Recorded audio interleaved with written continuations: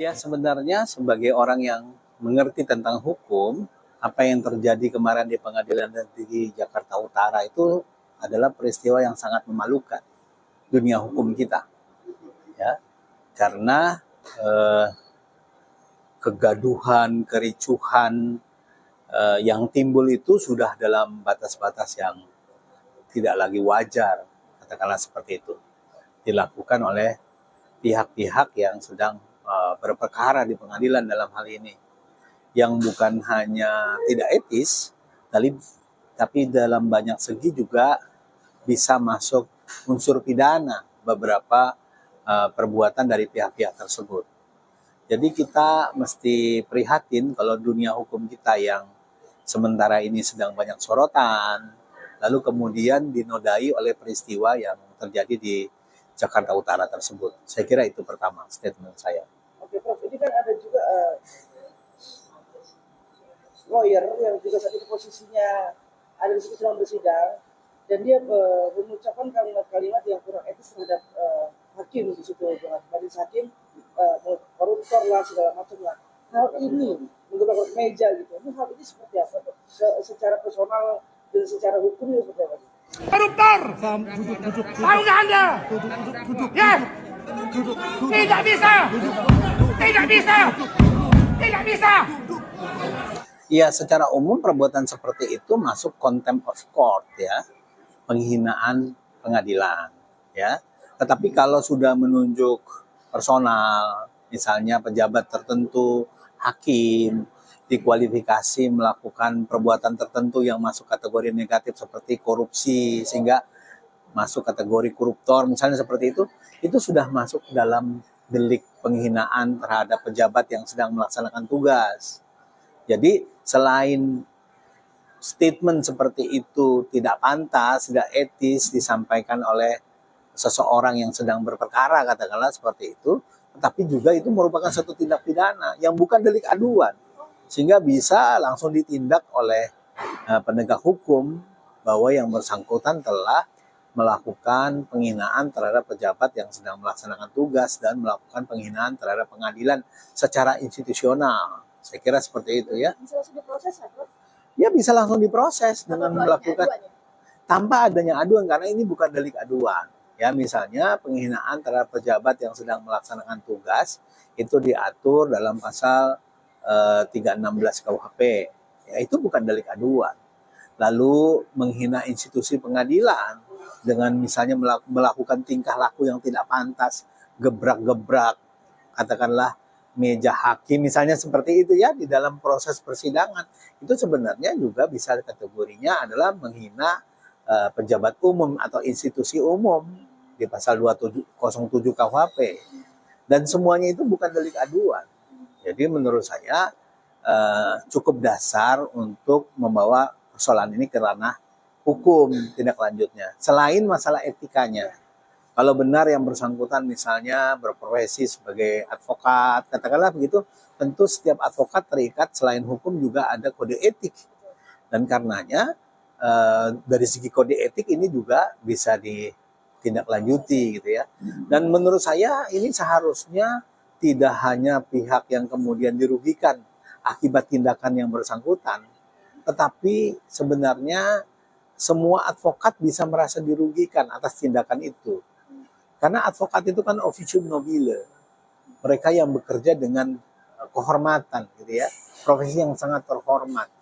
Ya, kalau profesi yang sangat terhormat ini dinodai oleh tindakan segelintir 1-2 orang, sebenarnya para advokat juga bisa mempersoalkan itu dari segi profesinya, ya, bukan dari segi hukumnya tentu, dari segi profesinya, karena akan mencurigai profesi advokat itu secara keseluruhan. Saya kira itu. Bisa berujung pencabutan nggak sih, Prof, untuk hal ini? Gitu. Kalau dianggap sebagai sebuah pelanggaran etika berat, ya tentunya bisa berujung pada pencabutan keanggotaan dia sebagai anggota profesi akuat tertentu, kan begitu. Nah, ini yang bisa dilakukan dalam ranah hukum kita. Nah, tapi kalau untuk dia misalnya diberhentikan dari advokat, itu harus dengan putusan pengadilan. Jadi kalau pengadilan menyatakan dia bersalah melakukan penghinaan pengadilan, penghinaan terhadap pejabat umum yang melaksanakan tugas seperti hakim, maka hakim yang menjatuhkan pidana itu bisa menambahkan pidana tambahan berupa mencabut haknya untuk menjalankan profesi sebagai advokat. Sidang ya? Ya bukan hanya bersidang, dia tidak boleh lagi menjadi advokat. Tetapi soal keanggotaannya dia di Bar Association, di organisasi pengacara misalnya begitu, apakah Peradi, apakah KAI atau yang lain, itu tergantung dari organisasi yang bersangkutan. Tentu masing-masing mempunyai dewan kehormatan yang bisa menindak tindakan seperti ini. Prof, melihat sosok Rasman sendiri, ya kita sebutlah sosok Rasman ini sendiri, melihatnya seperti apa sih? Prof ini mencoreng marwah dari pengadilan itu sendiri. Ya saya kira saya tidak bisa mengomentari orang secara pribadi ya, katakanlah seperti itu ya. Karena tentu setiap orang mungkin melakukan perbuatan punya latar belakang. Tapi kalau benar seperti yang beredar di media gitu ya, tindakannya misalnya melakukan hal-hal yang sampai membuat gaduh pelaksanaan persidangan. Kita juga punya ketentuan pasal 217 KUHP. Kalau orang membuat gaduh di dalam ruang sidang kan begitu, itu juga ada tindak pidananya sendiri. Tentu kita sangat memprihatinkan ya kalau itu dilakukan oleh orang yang katakanlah berpendidikan, berprofesi sebagai advokat. Mestinya orang yang mengerti hukum itu etika moralnya lebih tinggi daripada orang pada umumnya. Karena dia mengerti hukum kan gitu. Jadi kalau menurut saya patut disayangkan kalau itu benar terjadi ya. Saya tidak lihat dan tidak menyaksikan peristiwanya secara langsung ya.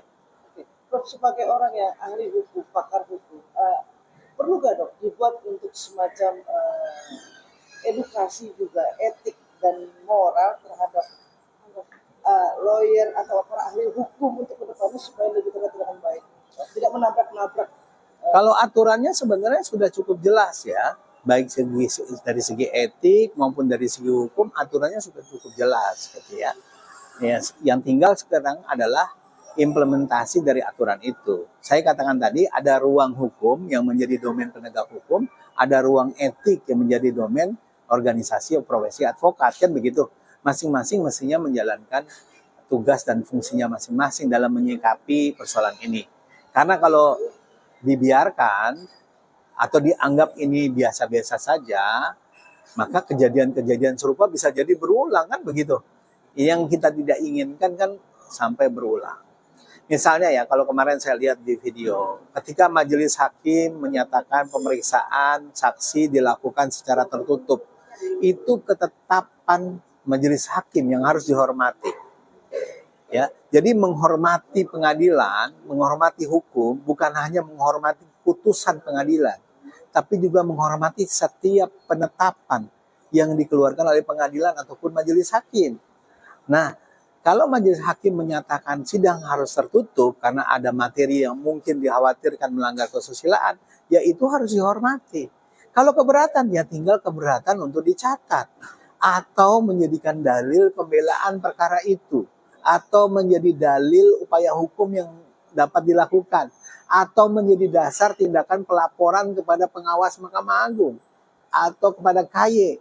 Atau kepada ketua pengadilan.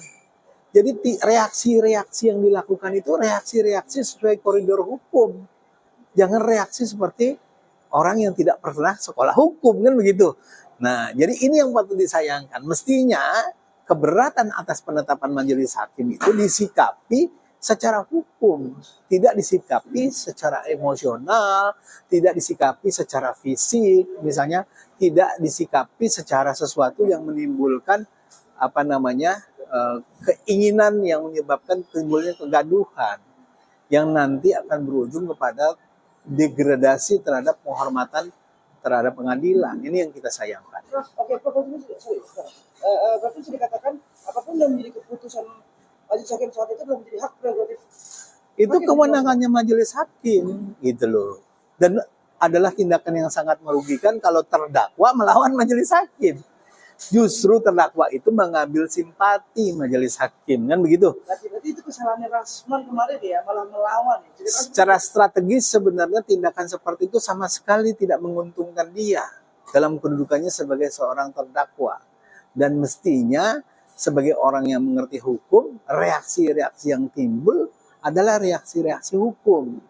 Kalau orang awam bereaksi seperti itu, kita bisa maklumi dia nggak ngerti hukum.